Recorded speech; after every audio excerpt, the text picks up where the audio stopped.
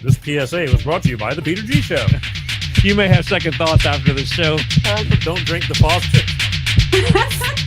We're really talented. We should get Oscars. Just pick out a car, for Christ's sake. No, hi, my name is Peter. Yeah, I want. Here's good. Yeah.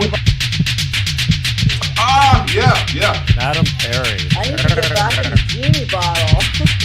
Louis from Pennsylvania, you're on. He likes it.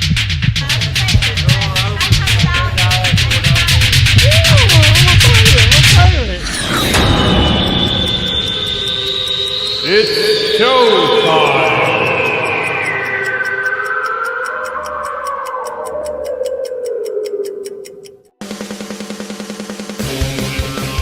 Peter G Show, Peter G Show, divorced dad, single dad, divorced dad, single dad, Peter G Show.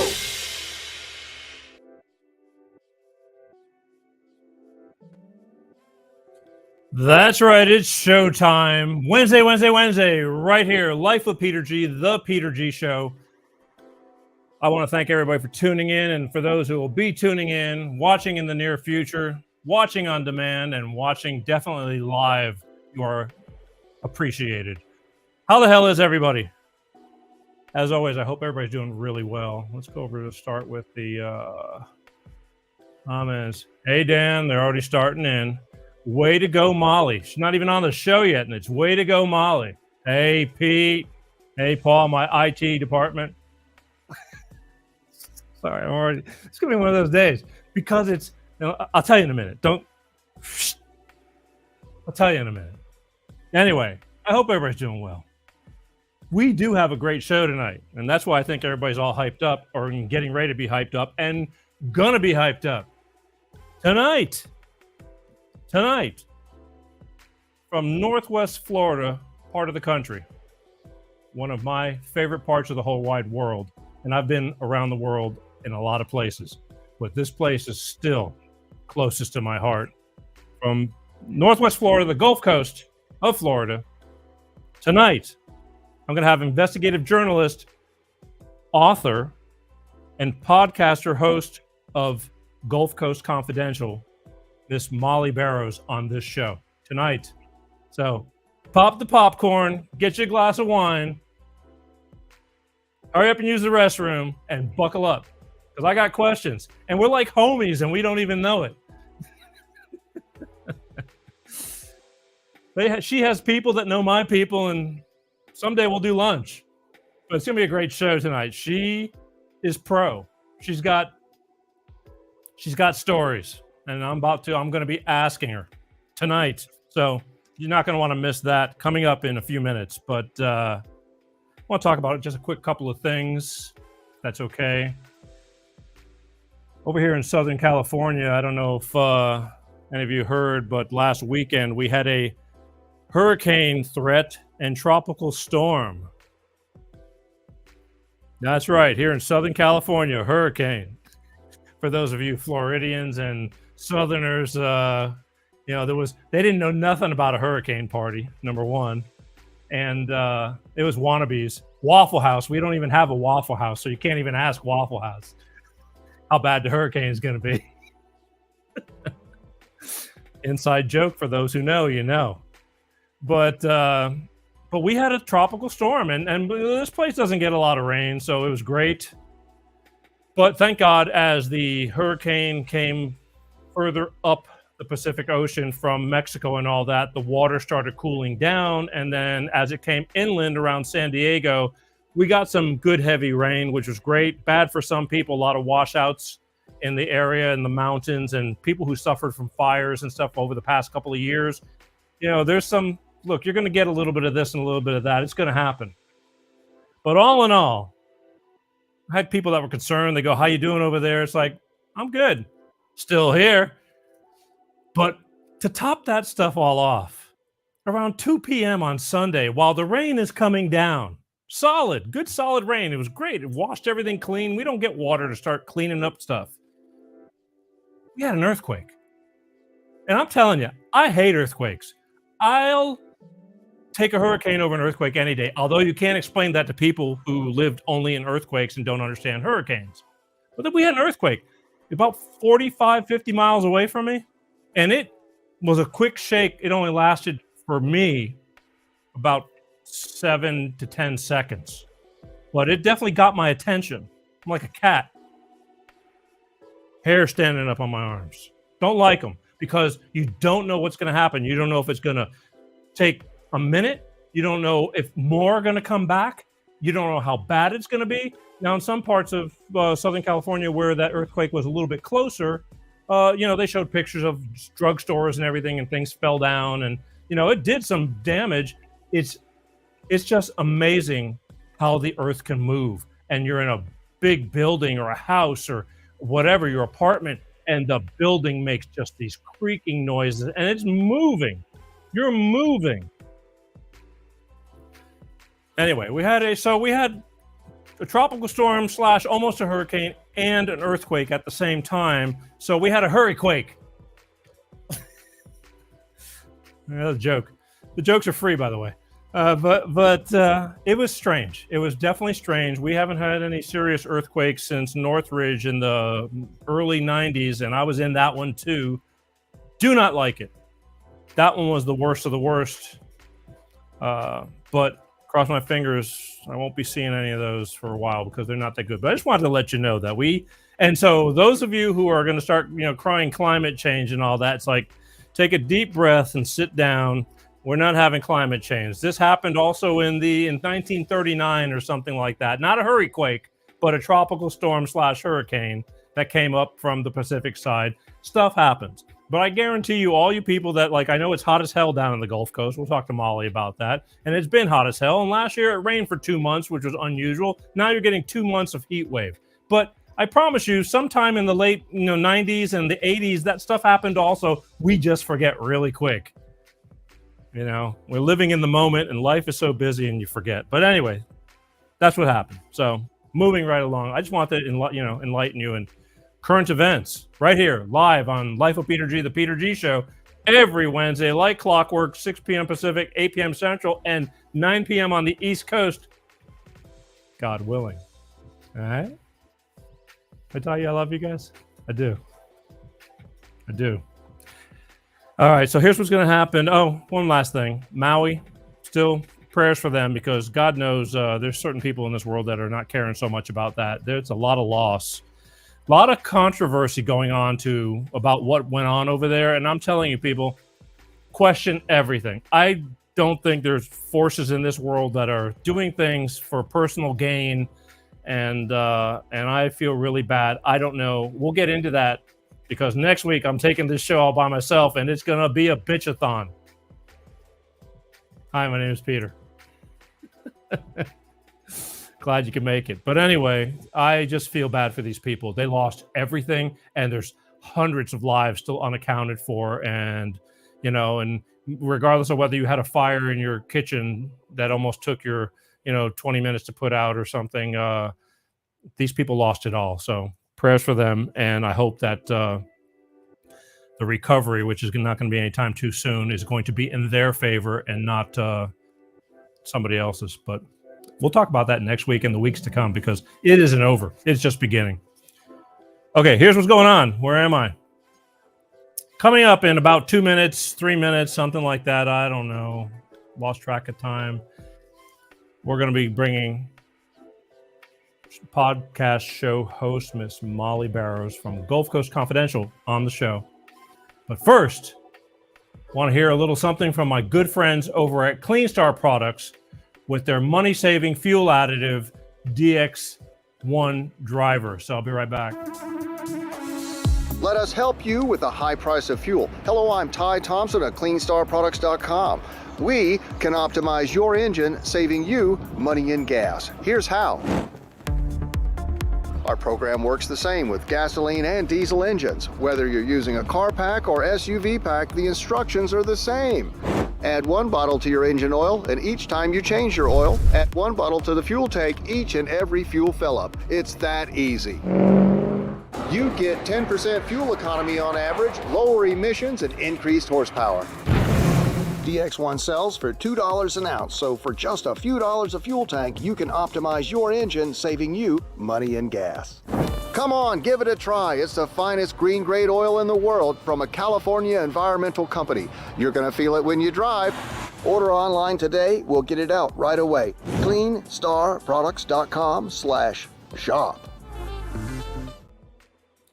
That's right, Clean Star Products. They actually have something that works, people. If you want more information, go to www.cleanstarproducts.com. They'll talk to you. It makes sense to save money. And importantly, they actually know what I do and they still sponsor me. So please let them know you saw it on the Peter G Show, all right? Because I don't want them to think I'm slacking off or nothing like that. But please do it. Next. All right. As promised, in just about a minute or so, because I'm going to give you a little preview of what Mollye Barrows is all about, and then we're going to bring her on in the flesh. So I hope everybody's settled in and ready to rock because, like I said, I got questions. But here, check out this little something we got, and then we're going to bring her on, and we're going to put the screws to her. We're going to get that information we need. All right? All right. Hi, I'm Mollye Barrows, and I've been reporting on some of the saltier stories that surface in Northwest Florida for more than 20 years now. Welcome to my investigative series, Gulf Coast Confidential. This story is literally a chapter out of a book I'm writing about a gruesome murder case where a 17-year-old boy killed his mother. In researching this case, I found some investigative reports that reveal to me some very concerning behavior when it comes to the safety of children in public schools. This story also gives some important background on the murder of a popular middle school science teacher by her own son. Here's Confessions in the Field House.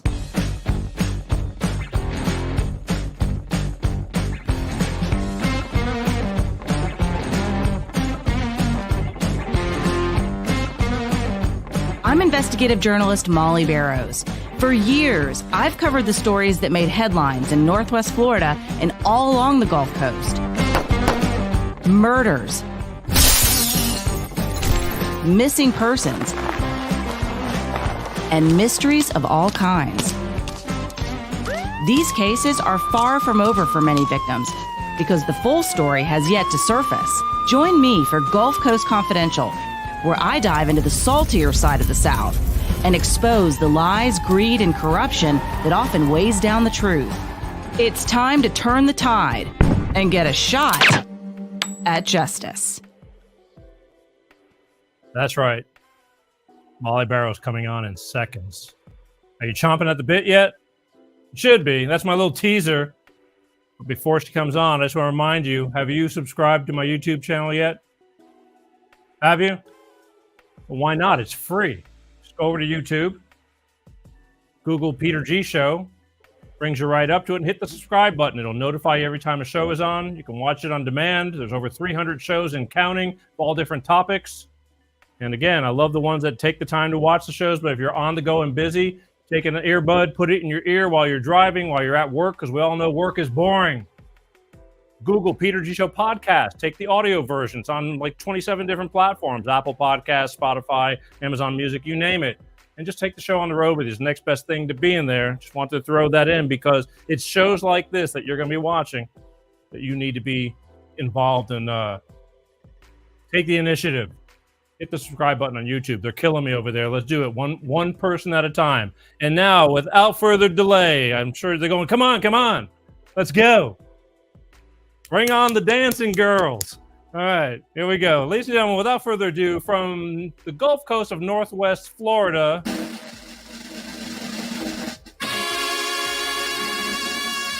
Miss Mollye Barrows. Ta-da. How are you? That was the best introduction I think I've ever had, Peter. That was amazing. Thank you. Really? Well, thank you. It's not hard to do because you had an introduction worthy of. So I put that little bit of a teaser or a little promo to give everybody who doesn't know you, but about what you do and what you're doing, But you're pretty popular over there in Northwest Florida in that area because people that I've talked to know all about you. Why don't you just take a second and introduce yourself and tell everybody who you are and what you've been doing and all that fun stuff? Sure. Yeah, I've been living here on the Northwest Florida coast for so many years now, and I think that's why people know me. They basically watched me grow up. My parents lived in Fort Walton Beach, which is like an hour to the east. I'm from Jacksonville, Florida. I'm Florida all day long, good, bad, ugly, or otherwise, and I love it. And I love reporting here. Came up as a journalist in Pensacola, working for the local ABC affiliate. So that's how most people know me, is when I was a reporter and anchor for the local ABC affiliate.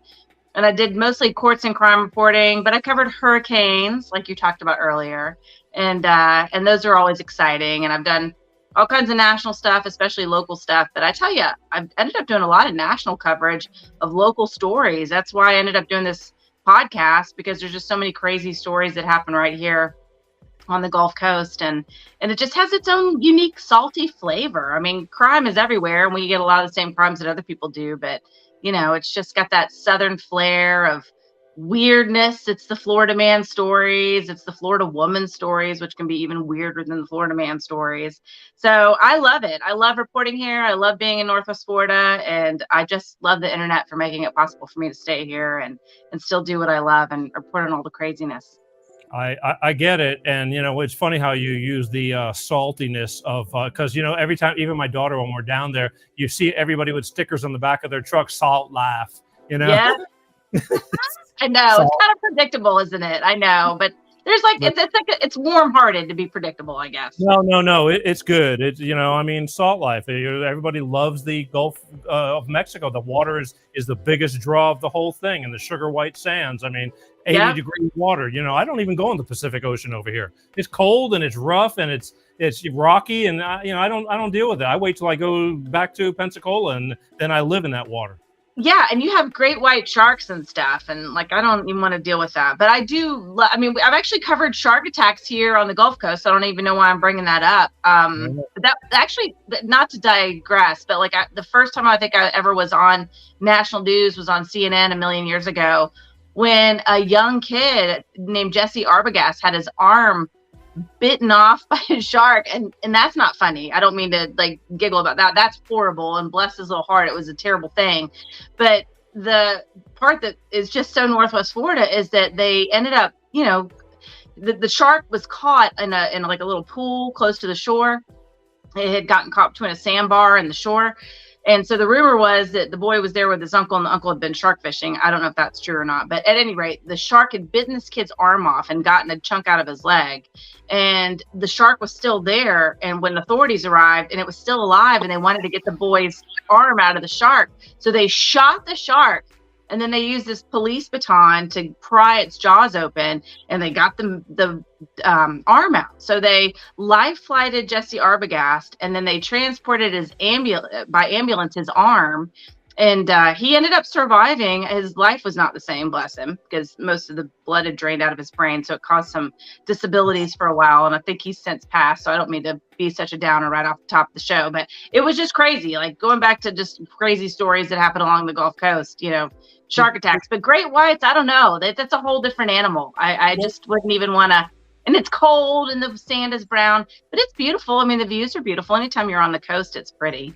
Look, I saw just recently there was a hammerhead shark over there in Destin or someplace like that. They're around, but they don't. We don't have seals over there, so the food chain is a little bit different than it is over there. But you've been at it a while. I just love it there, and believe me, it's once I get settled in, it's hard to leave. But then I come back, and I got a life over here too, so I'm just trying to keep that balance. But you've been at it for a long time, and you're an author too. Tell me about the book you wrote, and you said you got one in the making of too. Is that correct? Yes. So some years ago, there was another crazy murder case, going back to being, getting national attention again. It's just, we used to joke in the newsroom where I worked when I first started reporting that Pensacola was the invisible axis on which the world turns, because so many national stories that happened had a connection. They either came from Pensacola or they were somehow connected to Pensacola. Like, take Susan Smith, for example, who murdered her boys and blamed it on a stranger, and it turned out she was the one that did it to be with her lover. But her husband ended up moving to Pensacola. You name it. There's all kinds of crazy things that happened. But the King brothers was the reason that I ended up writing this true crime novel. I was on the Courts and Crime beat. They murdered their father back in 2001. It was they were the youngest children to be charged as adults at the time in the state of Florida. They were, very young, 11 and 12 years old. It was a very complicated, crazy kind of case. They confessed and they recanted. There was a convicted pedophile, if you will, who had been convicted in a previous case, who was involved with the family and was accused of molesting the younger son. And and that's basically what my book was about. It was called A Perversion of Justice, or it is called, and you can still find it online. But essentially, they wanted to find out why these kids killed their dad. And a lot of people suspected it was because this influence of this particular man that was accused of molesting the younger boy. And anyway, so that was the very first true crime book that I had done. And I'm working on another one now, which is also another case of matricide. That was patricide, where children kill their fathers. And this one is the case of a 17-year-old boy who killed his mom. And the reason I even wrote this story is because the sister of the mother reached out to me. She was a popular middle school teacher, Sharon ate a lot. Her 17-year-old son showed up at her doorstep on Christmas Eve with a knife hidden up his sleeve. And she thought they were going to go to church and do a family dinner. She was divorced from his father. They had just separated a couple of years earlier because the father had lost his job. He'd been fired as a teacher. He was also a teacher, and he'd been fired from his job at Pensacola High School for having an inappropriate relationship with a 14-year-old girl in his science class. So there was just a lot there that would make you wonder, hey, what was going on behind closed doors? Is it just that this kid went crazy because supposedly he was diagnosed with schizophrenia? He was found not guilty by reason of insanity. So the book is really about not just the murder, but what went on before, what happened to this family before this kid did what he did, and what the family is going through now, what Sharon Adelot's relatives have been going through, just trying to deal with the aftermath of not only her death, grieving her death, but this kid comes up for consideration to be released from basically Florida state hospitals where they keep the criminally insane. So every 6 months, if you're found not guilty by reason of insanity, the state of Florida evaluates you, brings you back up before the court, and they're like, do you still meet the criteria to remain in custody, or do you meet the criteria to perhaps move on? So it's just a fascinating situation because, I certainly advocate for people with mental health issues. I mean, I think we all suffer in different ways from issues that have, affect our mental health. Thankfully, none of us turn to homicide for solutions or hear voices that tell us to kill our parents. But in this case, this is what this kid claimed that he did. And the state of Florida is moving towards allowing him to go into perhaps a group home, basically transition out of Florida State Hospital. And it's gotten me on a path where I've been following other cases of children killing their parents. And tragically, we've had several right here in Northwest Florida. I've been following 3 cases, and one of another man who was a vet, if you will. He was in training. He had a head injury, caused his behavior to change. He was discharged, and he ended up killing his mother on Mother's Day a few years after Brandon Adelot killed his mother, Sharon Adelot, on Christmas Eve. So it's just a strange, horrific case. But I think, like a lot of people, I'm fascinated by the strange and the horrific because you want to know why. Like, why did they do what they did? And is there anything we can learn from it? So that's really the impetus for why I write these stories. I get it. But, being able to not be all the time in Florida through the years, even all the radio stations, like morning shows, they would have these bits called, what happened in Florida. Because a lot of strange news comes out of Florida. And yeah. Honestly, I attribute that because of all the migration. You got people from the East Coast. Everybody comes down to Florida at some point or, moves down there. So it's not like true Floridians. It's just a smorgasbord of a lot of different people from a lot of different places doing a lot of crazy stuff. And Florida just gets the blunt, the bad, name from just like crazy stuff. I mean, from the, crackhead stupid to the horrendous, stuff that you're talking about right now. Yeah, and you're right. And we talked about that too. I mean, I just like 1,000 stories just popped into my head right now that I could tell. But to wrap up the one point about why so many Florida stories make the news, I think we have just a really great public records law too. We call it Florida sunshine, being in the sunshine. And so we can request all sorts of public records, whether it's arrest reports or court records, all sorts of documentation is open to the public. So that's where you find those details. I'm not sure that Floridians are really any crazier than anybody else in the world. You just get to read about it. You can find out the details. As I start to cover crimes in other states, I realize it's more difficult to dig into their clerk of court's records, or more difficult to find those arrest reports. But in Florida, thankfully, we're like, here, check it out. Look at the crazy things that we did. But even still, Florida stories that people that are from Florida do crazy things in other parts of the country, and it still ends up a Florida story. And I just have to tell this one because, Florida man gets the reputation, but there was who was in Louisiana, and it made the news a couple of years ago. It's probably longer than a couple of years ago, but the older you get, it seems like only a couple of years. But she and her husband were traveling back to Florida from Louisiana, I believe it was. They stopped at a gas station and they had a camel that people could take pictures with and pet or whatever. And this camel sat on her husband and wouldn't get up, and he was screaming for help. And so she kept trying everything she could to get this camel up, and she ended up biting this camel's private parts. And he did move. I mean, the camel got up, and he got off her husband. So I guess in that regard, she saved her husband. But that's still a Florida story that happened in Louisiana. So I can't credit Florida's open records laws for getting the word out. It's just Florida people do crazy things, but I would like to think in that case she was motivated with a good reason. I just think I could have resorted to different tactics, but she went straight for it. I mean, I could think of so many different ways to make that camel move, but I don't know. I guess she used. Not worried about it, or just go. Be like, I'm sorry this happened to you. Oh well, yeah, those damn camels. I mean, it's sometimes you got to walk a mile for a camel, but yeah. It's look. There's lots of crazy stuff that comes out of there, but you've pretty much seen it all. And being on your previous past, being on TV and things like that, that's a grueling schedule. I mean, especially morning television news. You have to. What time did you have to be up at the studio if you were doing mornings?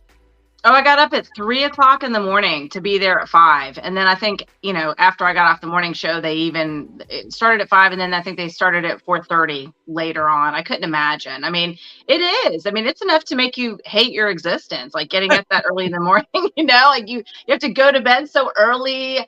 That was when I started eating anything at any time of day. Like it used to be breakfast foods for breakfast, lunch foods for lunch, dinner foods for dinner. But now it was like, whatever, time means nothing to me anymore. I can eat chili any time of the day, nachos all day long. It just didn't mean anything anymore. Time didn't matter. It's just like whatever I can do to stay awake, Yeah, it's a tough schedule. I mean, it really is. Entertainment is, in whatever form, is not for the faint-hearted. I mean, it just is, especially if you're single, and you're young, and that's all you eat, breathe and drink it, and that's okay. But as time passes, you perhaps start a family and things like that, and it gets really, really tough to do. And I had people even when I was younger that if they didn't get a certain amount of sleep every night, they were a mess all day long. Whereas I would go 2 days straight because I had to, on things. But it's not easy to do. Not everybody can do that.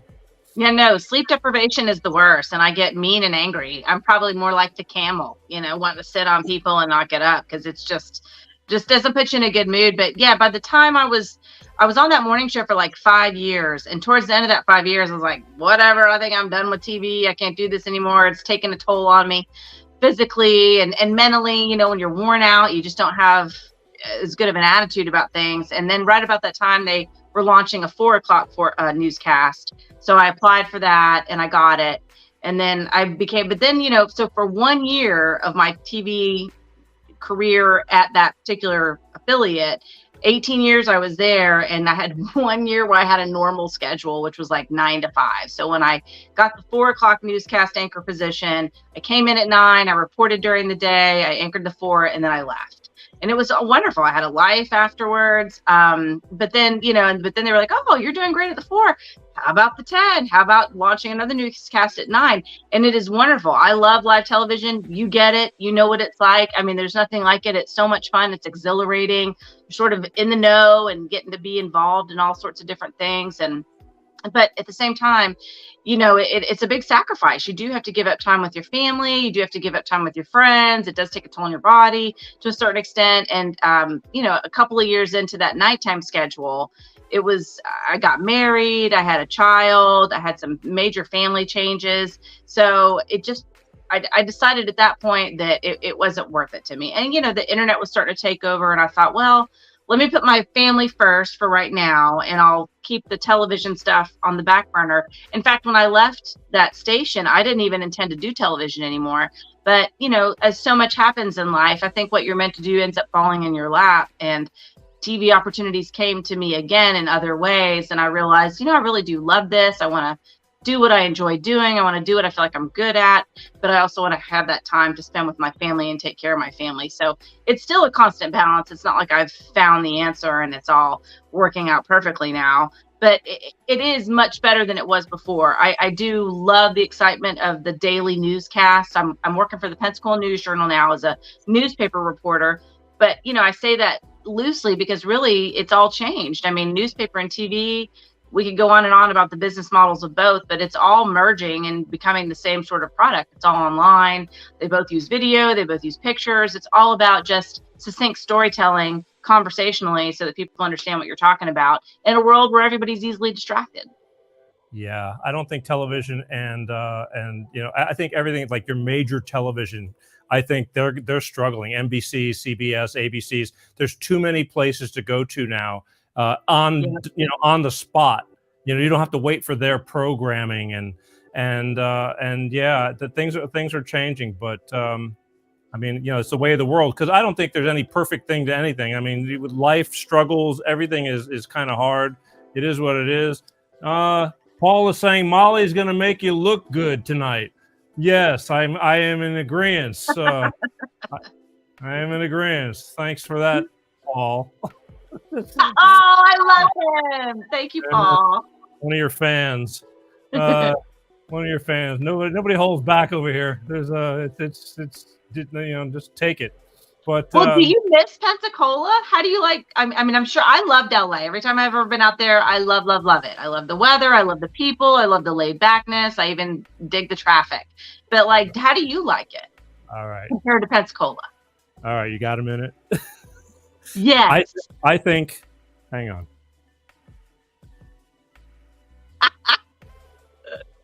Woo, smooth. Okay. I think that I hear people all the time. Again, I traveled a lot. When I was playing music, whether it was regionally, I told you about a band that I was regional in called the Pilots back in the day when I lived there. And we were every place you go to, every town, every city, every state, when you meet people, you're going to bump into somebody that's going to say, man, this town sucks, or this state is, it's just the way it is because they live there. I firmly believe that, when people go on vacation, they go for 2 weeks, you're seeing and doing the highlights of everything, and you're going, oh, it was freaking great. I mean, it was just awesome. I could live here, because you don't live here. So I'm pretty equal across the board with this. That's my theory, is that because, Pensacola, I love Pensacola, all right? But there's really nothing like the job opportunities. There's not a whole lot there. The Navy base was the biggest thing, and it's suffering in a lot of ways, but we got great beaches. If you could afford to be a beach bum, it's the best. It's the best of the best. And I love being there because I have a million friends, I do. So I split it up now. Things are just kind of that way. But over here in California, yes, I do believe that we have, you nailed the part about great weather. You nailed that on the head. We have amazing weather. That's why you pay so much to be here. But there's a lot of crap that's, once you get settled in, I mean, I moved kind of farther away from LA, North Hollywood, Hollywoods and all that now, because all my friends, when I first got here, the more money you made, you kind of got a little bit outskirtsy. And when you had to come in to do sessions or whatever you did, you didn't have to be at work every single day like clockwork for something. So it's just different. But I don't have the clips loaded because the next few weeks I'll be talking about things like Hollywood. And if you see what Sunset Boulevard, like once you get off of the main couple of blocks where, the Hollywood and Vine, where the Dolby Theater is, once you get away and from those couple of places, the Walk of Fame, the stars, you're seeing people sleeping on the streets, and it is insane. And I got videos, I just don't have them loaded up right now, but that's my 2 minutes of how do I think about Pensacola. And I think anywhere you live, you got to make the best of it, or it's up to you to decide whether you want to be, make it good or bad. And if it's bad, then move. It's that simple. But I do love Pensacola, and even with the downside of things, like again, there's a lot of stupid crime that goes on there, but it's a lot of good stuff too. So I tend to lean towards the good stuff, and I'm vigilant everywhere I go. I don't care where you live. So. No, you're absolutely right. And we deal with homelessness here as well. But I have been following some of the homelessness issues in California just because I've been covering a lot of homelessness here in Pensacola. I think communities across the country are dealing with it. The economy has gone to crap in a lot of ways. It's the huge gap between the haves and the have-nots, and the middle class is all but destroyed. Not to go down that route, but it's tough. It's tough anywhere you go. But I think one thing about Florida, at least until our insurance started skyrocketing, and now our property appraisals are just skyrocketing as well. But it is a beautiful place to live. It had been an affordable place to live. That's slowly changing. But people have been able to come down here, and I think that's partially why the Gulf Coast is so interesting. It's the kind of place where people come to escape, whether you're just going to escape on vacation or whether you're escaping crimes. I mean, Ted Bundy was captured here in Pensacola. That's right. I forgot that when you were talking about names, Ted Bundy. I mean, even Jimi Hendrix was going to go down to Pensacola because he shot his old lady. I didn't know that. That's right. That's hilarious. Yeah, that's right. Yeah, hey Joe, where are you going with that gun in your hand? He's going down Pensacola way. Pensacola's, look, I think Pensacola is a very popular place, but low key popular. It's that's a good description, because it's a little bit of like the redneck Riviera. Panama City gets that reputation, and but then you've got Destin in between Panama City and Pensacola, which is really blown up. I mean, I went to high school over there in that area. I was from Jacksonville. We moved to Bermuda for a few years because my dad worked for the Navy. And so we ended up in the Panhandle when we left Bermuda. And so I graduated from Okaloosa County, Niceville High School, and grew up just waiting tables around Destin, partying with people from Destin. And it was not the posh place that it is now. I mean, gosh, Britney Spears, I think Sheryl Crow, all sorts of celebrities have places there, and it's gorgeous. I mean, we talked about the Sugar White Sands and the Emerald Coast waters. I mean, it doesn't get any prettier. You're not going to find a prettier beach anywhere in the world than Northwest Florida, but there's a huge gap, like I said before, between the haves and the have-nots. I mean, they would have to ship people in just to clean the condos, and then you get into the human trafficking stories and all kinds of weird stuff that happens because of that. So anytime there's a lot of money, whatever city you're in, and people who want it and people who don't have it, there's going to be crime. I love Destin, but it's gotten so congested, and there's you can't maneuver because that island, the strip getting from like Fort Walton to it's only so wide. The roads can't handle the people. And correct. I used to love Crab Island and things like that, but now it's turned into a fiasco, a circus over there. It really has. The coolest thing about Crab Island now is, like you talked about, the hammerhead shark video that showed up, but I remember going to Crab Island. I remember hanging out there, and I thought, well, this is nice. This is awful. This is not a very classy thing to say, but I just remember standing there and being like, gosh, I don't even have to get out of the water to go to the bathroom. You know what I mean? Like, it's just that kind of a place. You can just hang out and enjoy this beautiful spot and drink a beer or whatever and hang out in the water for as long as you want. But now it's just so crowded. And when I was growing up there wasn't much at all. There was like a Green Knight liquor store, where this is enormous Green Knight. And then there was like a restaurant called Fuddruckers that was further down. And those were like the only two places. And now it's just like you talked about, all built up. It's like when I grew up in Jacksonville, we would go down to Daytona Beach, and Daytona Beach was like the big place to go for spring break way back in the day. Dating myself, but like that's what Destin reminds me of now, is like that, just wall to wall condos. The Green Knight, and like the back porch was the end of civilization. It was the end of civilization, and now you got to go out of Destin and go into Seaside and all those Miramar, the 30A. Yeah. I mean, it's built up so much, but it's just congested. I love the place. I truly do. I mean, but man, it's just gotten difficult to be, not sitting in traffic just to get 10 miles and taking 40 minutes to do 10. It's LA without the LA vibe. Right. And that's what I do love about Northwest Florida. I mean, I know it has like a little bit of a redneck quality or a reputation, if you will, but they are really, at the end of the day, they're salt of the earth people, and they're good hearted.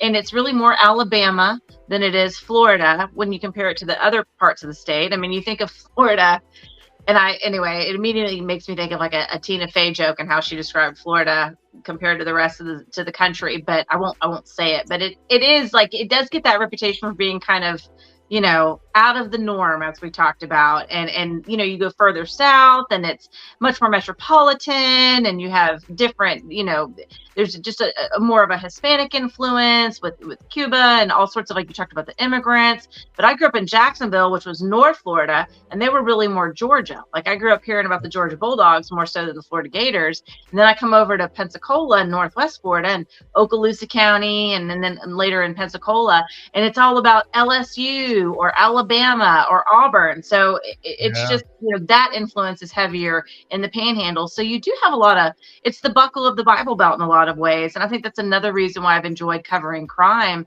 because there is this very much black and white way of looking at things, good, bad, punishment, exoneration, which is great. You want to see people held accountable, but doing news, I realize there's just so much gray in the world. So where I may have started out saying, oh yeah, somebody should definitely be punished for what they did, and I still believe that to a certain extent, because of that, good-hearted, salt of the earth type thing, I also realize that people aren't necessarily doing a lot of these things because they want to ruin their lives or somebody else's. It's just human nature, and sometimes we make mistakes. But I do love the Gulf Coast for that reason. Good-hearted people with a lot of craziness, Don't forget Gulf Shores too. I mean, they're right next door, and that's like the end of the sugar white sand, but the water's still pretty nice over there. And that place is built up, and a lot of, I know a lot of famous songwriters and stuff have moved over there on Ono Island and all those places, and because they have money, and because it's a great place to hang, and it's right next door, the opposite direction, which was really labeled that was the true redneck Riviera, the Floribama, which is great. My next door neighbors over there in Pensacola, they both of him and his wife work at the Floribama. It ain't nothing like the Floribama when I was a kid growing up. The Floribama was a little bitty shack, and so now it's a corporation. It is, and that's a great description, because my roommate was one of the owner's nieces. Heather Gilchrist, her uncle Joe Gilchrist, was one of the owners for a long time, and God rest his soul, Joe recently passed, but he's the guy that smoked weed with Willie Nelson, and he helped kick off the whole, I mean, I don't think I'm letting the cat out of the bag on that one, but like he okay, good. So anyway, he was part of that whole songwriters festival that they hold. Right. They still hold it every year. But you're right. I mean, it's such a cool place. And then going back to the crime thing, I mean, there was a woman who I think, God, there's so many crimes and they get confused in my mind sometimes, but she ended up getting, here is a classic Gulf Coast story for you. She, I think, killed her husband in some weird way. I'd have to research it, but then she hauled off with the kids.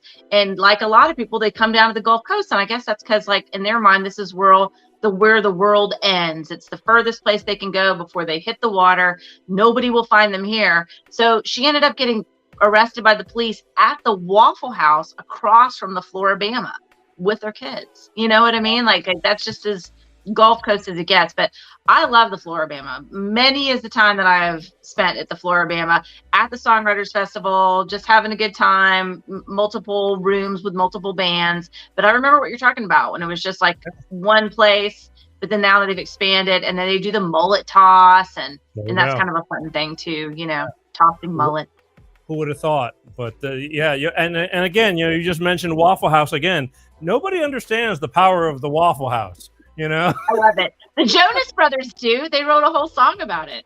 Oh, we had a song back again with the band called the Pilots, because when we were on the road regionally in the Southeast at 4:00 in the morning traveling, we'd stop at the Waffle House, and those people that smothered covered, baby. That's right, and God bless the servers that work at the Waffle House having to put up with all the drunks of the world at from 1:00 in the morning to 5 in the morning. I mean, they all have earned their spot in heaven, because it's a story within itself. But again, if you don't understand the Waffle House, if you know. So. It's true. It's true. I remember going to the Waffle House many times after concerts. Pensacola used to be the place to go for concerts. When you were in Fort Walton, you'd get bands that would come through at little bars, but Pensacola was like, I saw Depeche Mode there, Don Henley back in the 90s. That was like where you saw the bigger acts, and we would all stop by, my crowd would stop by a Waffle House on the way back. And that was back when they would only take cash. So many is the time that I would like look under the table and find like a 20 or a 10 or whatever. And I was like, oh, fine, my bacon, egg, and cheese sandwich is paid for. This is awesome. But now, like everything else, it's all gone plastic. Salty Sleuth says the Awful House, which everybody knows that slogan. If you know. No, it's not awful. No, I know, but we all used to call it that. I mean, Yeah, for sure. Because after you ate there, it felt awful. Yeah, for sure. And last thing with the Waffle House, we're doing a lot of sponsors tonight. We're sponsoring, info for Pensacola and all these tourist towns. But the Waffle House at 2 in the morning, chances are all the windows are fogged up from the cold, because it's air conditioned, really cold inside and hot outside. So you drive by and it's got that same look, every single one of them, with condensation 3/4 of the way up all those windows. But yeah, it's true. And I hate to I have another Waffle House story, but I remember going to see Leonard Skinner in 1993 at the Pensacola Civic Center, which they now call the Pensacola Bay Center. And across from the Pensacola Civic Center, you remember the Grand Hotel, which was the old historic train station and whatnot.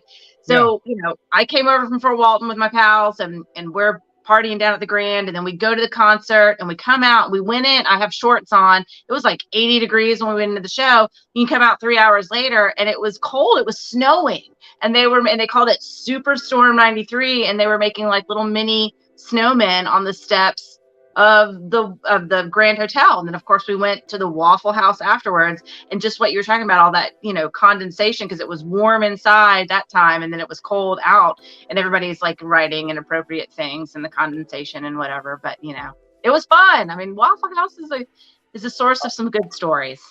It's a staple of the Southeast and South, and again, always open. And they're your go-to for hurricane information. If they ain't closing, the hurricane is not bad enough, So, a lot of stories. I'm sure that I could probably just do a show, about Waffle Houses and go to all of them and just collect the stories, and that'll be a never-ending thing because it never ends.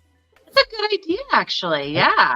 The awful Waffle House stories. I love it, but it is not awful. I love there. I still eat there all the time. I love the Waffle House. Again, it's just a play on words that we all used to use. In fact, even there's even Gail, awful waffle. It's just the way it is. But yeah, again, if you grew up in that anywhere in the region, you'll know a Waffle House, and so there's always something to be said about that. But again, that's part of growing up in that area. I mean, at 2:00 in the morning, either that or the old it wasn't White Castle, it was what was those little square hamburgers that you ate when you were super drunk at the end of the night? Crystals. Yeah. Sure. And chili cheese fries at Crystal's are amazing. It's like the scattered, covered, smothered thing of the hash browns at Waffle House. Yeah, I love Crystal's. We're definitely going memory lane. We're going to that. Let's talk about your podcast. Okay. When did you start it? And what I know kind of you mentioned how you got started, but I mean with the Gulf Coast Confidential, let's talk about that because that's your big thing, and it really looks good. I've seen some of your stuff, and I mean it comes off well, it's presented well, and you're really good at it. But tell everybody, like how long ago you started, and really how you're digging in with this whole thing and where you're going with it. Awesome. Yeah. Well, thank you for asking about that, Peter. No, I started it about a year ago. It'll be a year in October. So I'm planning like a little celebration of sorts for a 1 year anniversary.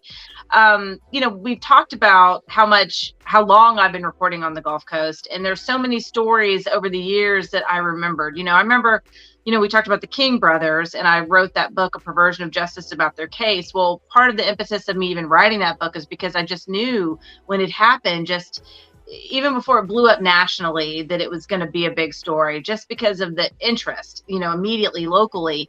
And that was part of my interest in writing the book about it. One, I wanted to expose what I felt like was injustice to a certain extent of what was happening with the investigation, but also too, just because it was a fascinating story and I like the why. I'm a why girl. Why did it happen? Why did they do it? And I may never know, but I certainly enjoy trying to find the answers.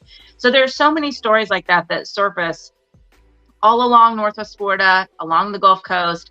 And I had them in the back of my mind, just, I want to tell people about this. I think other people might be interested in this. And so I'd been out of working for that ABC affiliate for a long time. I ended up working for other media for a while.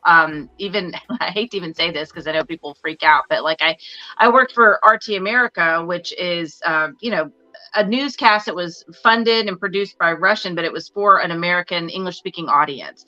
And, whatever you may think of the politics, and I certainly don't support that war, and I don't think anybody does, or if they do, that's a shame. But at any rate, I've never been too far from television. And then that ended, obviously, when they went to war for the Ukraine. I no longer worked for them.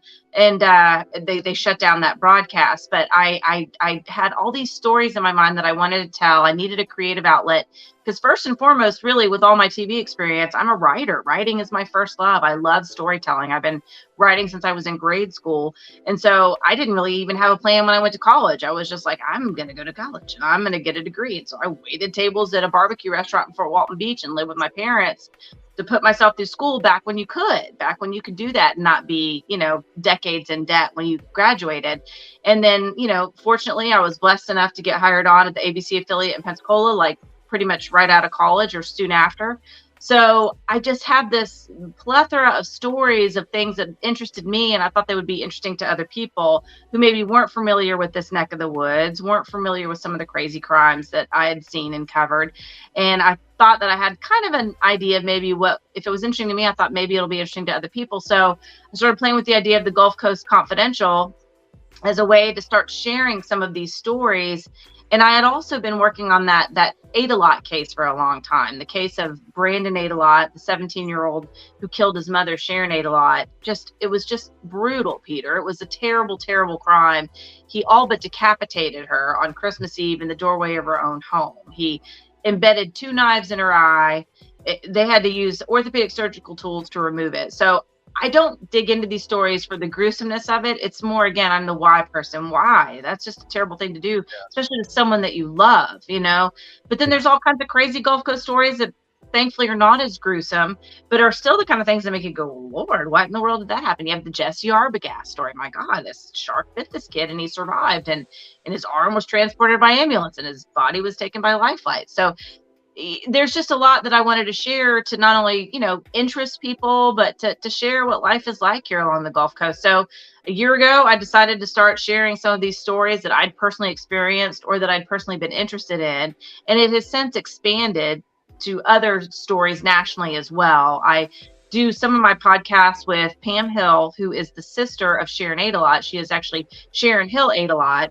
And she approached me several years ago about writing the story about her sister. So I'm still working on that book. We're working on that together. But in the meantime, I thought, the podcast will be a way to get bits and pieces of her story out, as well as tell some of these other stories that I've picked up and learned about and thought were worth telling along the way. So Gulf Coast Confidential is really my personal diary in a lot of ways of what I find interesting about the Gulf Coast, what I cherish about the Gulf Coast, what I think needs to be exposed about the Gulf Coast.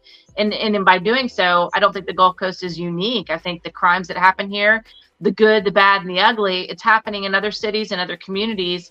And these same issues resonate with people, not just the interest in the macabre, but the interest in justice. And what can we learn from this? How do you avoid having these terrible things happen to you? Nobody can predict that their son's going to get schizophrenia and kill their mom on Christmas Eve.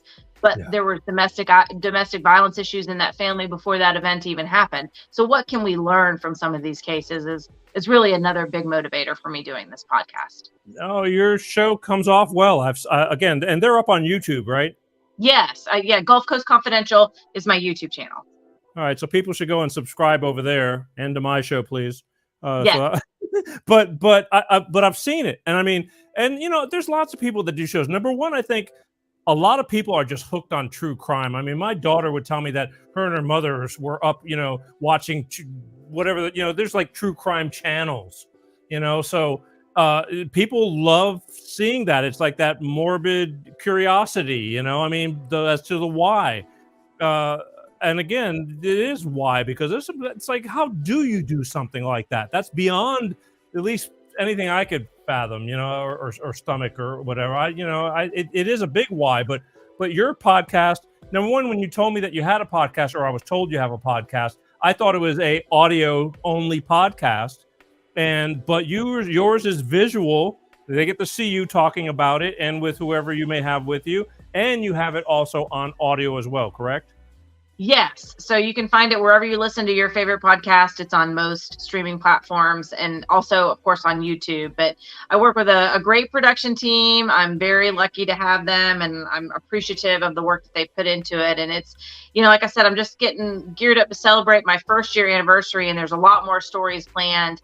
Some of those that are coming up are just crazy things, like almost Wild West type things that happened back in the 80s and 90s. But there was a plane exploded in a fiery ball, like a little Cessna, over Pensacola back in 1989.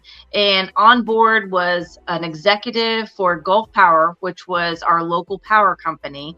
And he was on his way to Atlanta because this company was under investigation by the IRS for basically funneling campaign contributions to candidates through vendors like public relations agencies, advertising agencies, to influence their vote, of course, to impact, their business. So this guy explodes in the air, and then the sheriff's office and another agency received this call right after the plane explodes going, well, the executive's name was Jay Corden, and the phone call, the person says, you won't have to worry about Jay Corden anymore. That's been taken care of. So there's just these crazy, and that's not even the only hit that's happened in Pensacola. I mean, there's been other stories that have come about where just rivalries and attempted murders, attempted hits on political rivals or business rivals. And so I don't think that the nature of a lot of these crimes has changed over the decades. I think people maybe have just gotten smarter about how they commit their crimes. But I just think it's so interesting, especially revisiting some of these past crimes in an era where there wasn't social media, where there wasn't the internet, and what people thought they could get away with. Nowadays, if you try to blow somebody up, they can look at your search history and be like, oh, well, you searched how to blow up a plane, how to make a bomb, but back then they were just flying by the seat of their pants. And there was no determinative. The investigators never determined that there actually was a bomb on board, but they said there was a fire. They couldn't determine the source, and it ended up bringing the plane down. But it's just those sorts of stories. That's what's in the future. I'm still working on some of those to produce here later, to put those out. But there's no shortage of stories here along the Gulf Coast, old or new. And again, they all relate to so many stories, I think, regionally as well as nationwide, because crime impacts people the same way. Nobody's unique in their motives. I was going to say we're in no shortage of crime. You just hit that one on the head. But I think every town and city, it's just a matter of, do you know about it? I mean, there's crap that goes on everywhere. I mean, but people, I think, because we're more that area is more viable. I mean, it's just someplace you'd rather be, than North Dakota in the woods or something. Then so I think more happens. The odds of more happening is going to be there. But I mean, Mobile, and New Orleans, they got their hands. I mean, the murder rate in New Orleans is off the charts right now. I know, and it breaks my heart because I love New Orleans. I mean, going back to what we were talking about earlier, when I was living in Jacksonville, growing up there, you hear about Savannah and Daytona Beach and more of the East Coast cities come over to Pensacola, Louisiana, and Northwest Florida are, like this. They love each other. We have a lot of people that come over from Louisiana that vacation here. A lot of folks from Northwest Florida that go over to, Biloxi and gamble, as well as New Orleans to party or go to shows, which was my thing back in the day. I mean, my first introduction to New Orleans was Jazz Fest, and I went all throughout, every spring throughout my college years and had a ball. But you're right. I mean, it's just tragic. Like any big city, you're going to have crime, but when poverty strikes, it's just people do what they can to survive, and it just kind of turns into a downward spiral. No doubt about it. And again, but I know we've been talking a little bit more about the harder side of things, but that's what your job is to bring awareness and these stories that are interesting. I mean, education, is power. To know that, okay, live your life. You can't live in fear, but crazy stuff goes on, and it does. So, but there is a lot of beauty to all these areas, and that's why everybody is there. But, unfortunately, speaking of, all things must come to an end, and we're running out of time. Say it as it so. I know, exactly. But, yeah, we are. And then that's a sad thing. But here's what I want to do. I want to tell everybody, if they want to see more of Mollye Barrows right there, they can just go to your website and that'll bring you everywhere. Is that true? Yes, mollyebarrows.com, and you can check out Gulf Coast Confidential on YouTube and just Google it, and it'll pop up wherever you listen to your favorite podcast as well. And Peter, thank you so much for having me on here. I really appreciate it. You've made it so easy, and I felt so comfortable. So thank you. Again, I if it had not been, again, I may be I'm there a lot, but I don't keep up with everything that goes on there. And I'm really surprised, again, maybe because there's a little bit of a gap between us, but that I don't know you, because I feel like I know everybody and their sister in that area from growing up playing in bars and bands and, and knowing that, but especially since you were part of the news media down there. But I guess we must have, I must have been off that day or something, didn't get to meet you, but I will. But Paul, had Paul not mentioned it, we would not be sitting here right now. And I'm really glad that we did, because he was right. You are a plethora of information. You are a pro. You're good at what you do. And again, I urge everybody to go over to the YouTube and check out her Gulf Coast Confidential, because it's very well put together. It is no different than looking at, the 48 Hours or any other television show. The look, the vibe. Come on. Thank you. The look. Your guy. What was his name? James. Your production guy. James Roy. Well, he's got the right idea. I mean, the feel, the look. You know what I mean? It's soft. It's pro. It's not just. I just, when I was looking at it, I'm going, well, I'm not like looking at you talking through a computer doing a cheesy local commercial or something like that. You know what I mean? So yeah, no, thank you. I appreciate that. Yeah, I want people to enjoy it and not be distracted by, poor production or poor, poor storytelling, if you will. So I do enjoy it. A big shout out to Paul Giro too for, introducing us and setting it up. And next time you come to Pensacola, we're going to have a bushwhacker and tell some stories with Paul. And maybe we'll recap. Maybe we'll even see Ray Wiley Hubbard. That was the last time I saw Paul. Big shout out to Paul.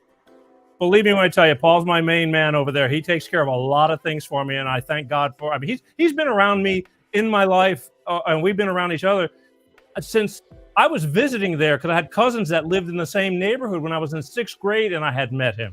And then we moved there. We moved there several years later, and in that same neighborhood. And Paul's been a neighborhood friend that I have pictures like.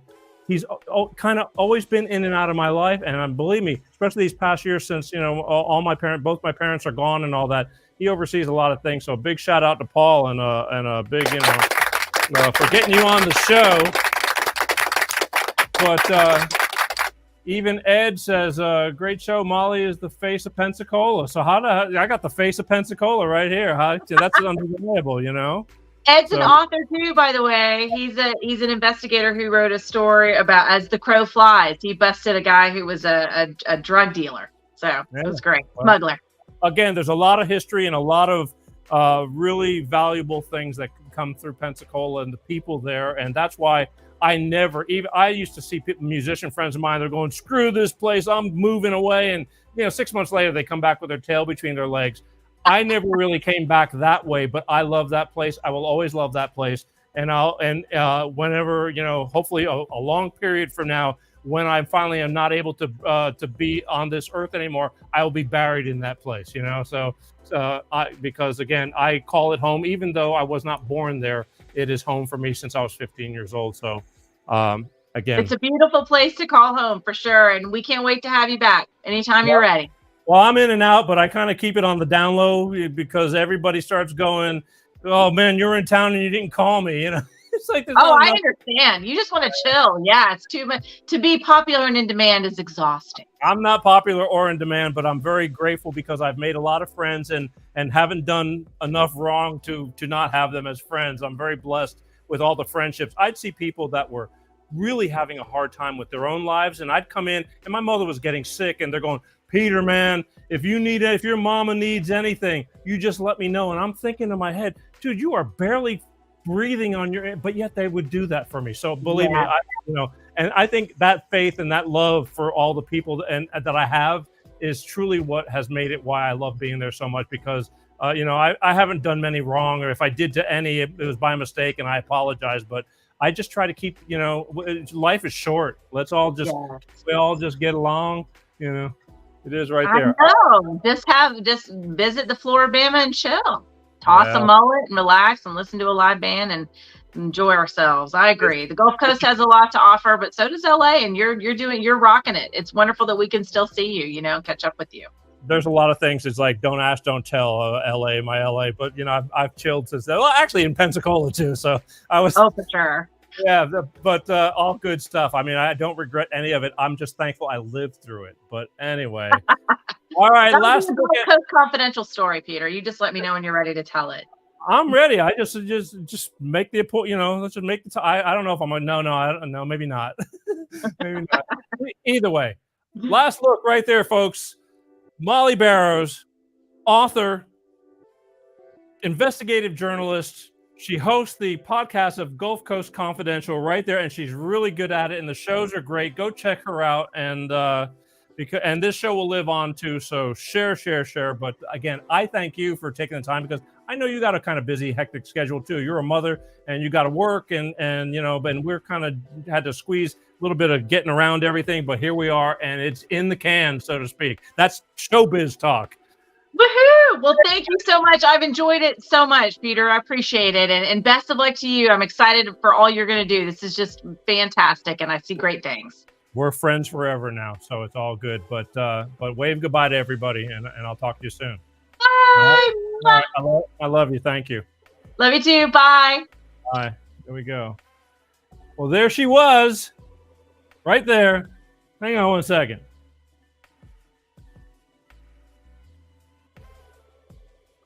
Woo!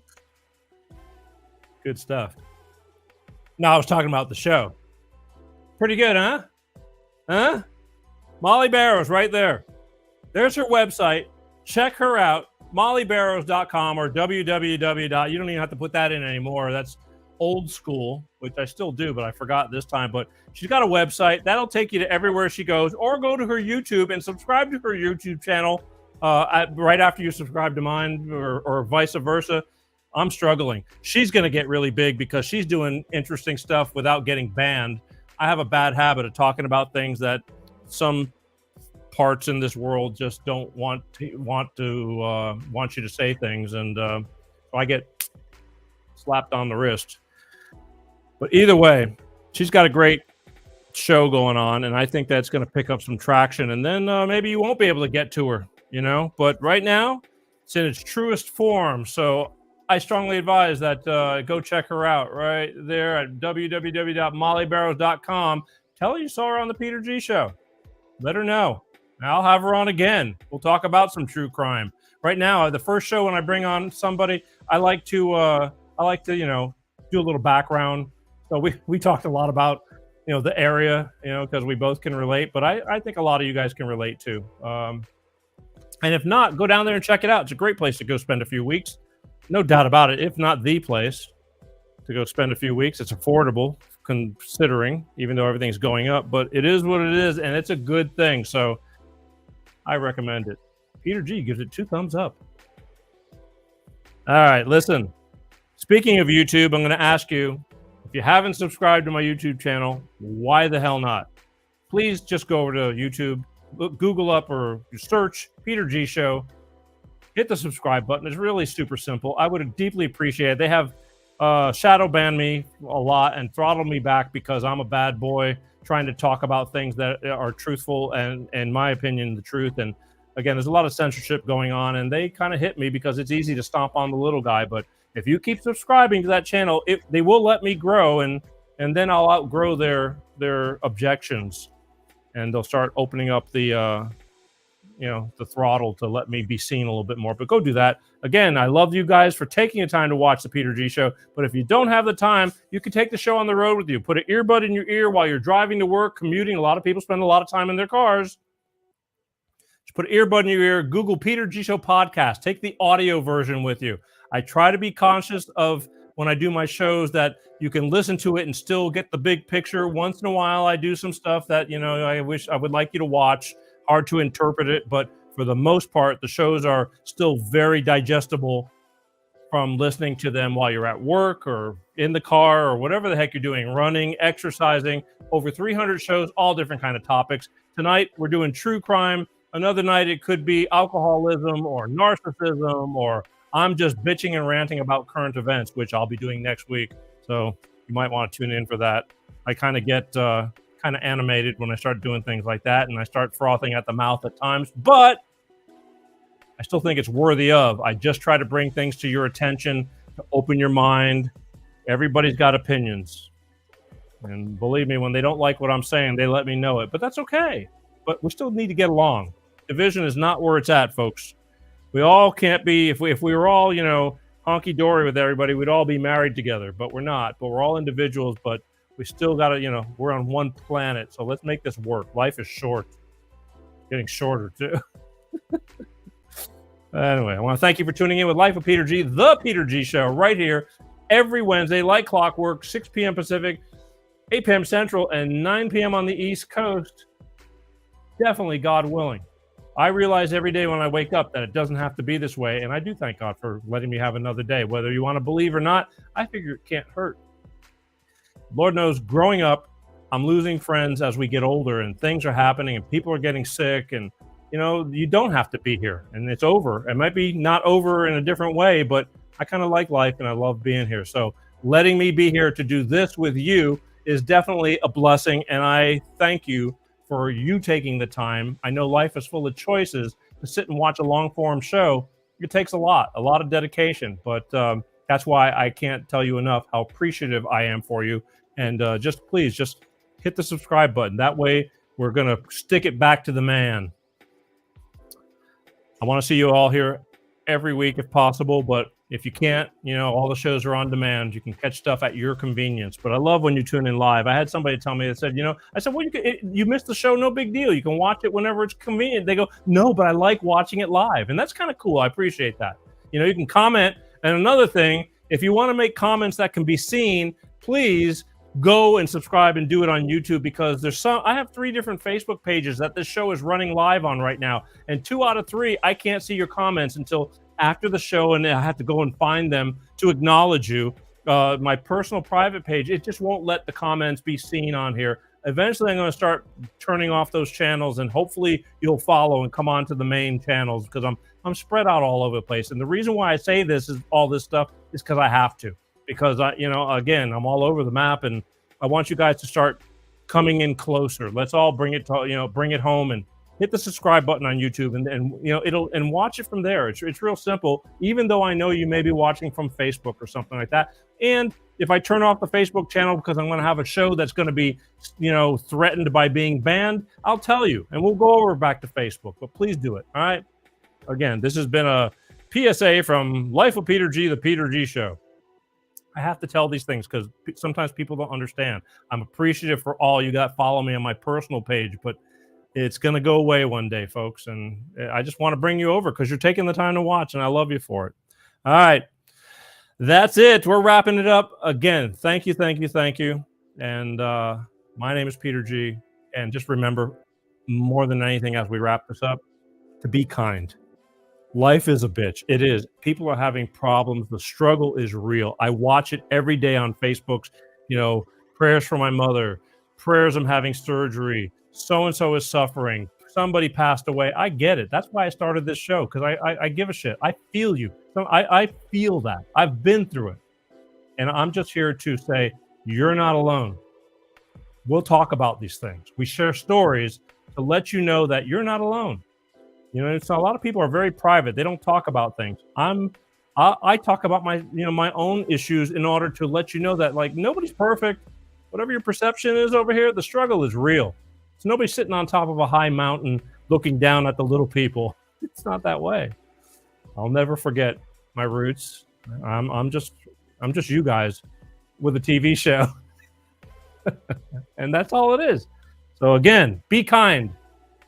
You don't have to take a bunch of shit from people, but you don't have to be an ass either. So take a deep breath before you talk. Life is short. My name is Peter G. Thank you for watching Life with Peter G, The Peter G Show. We'll see you again here next week, God willing. All right? As always, I love you guys. Share, share, share, subscribe, and most of all, peace out. Peter G Show, Peter G Show, Divorce Dad.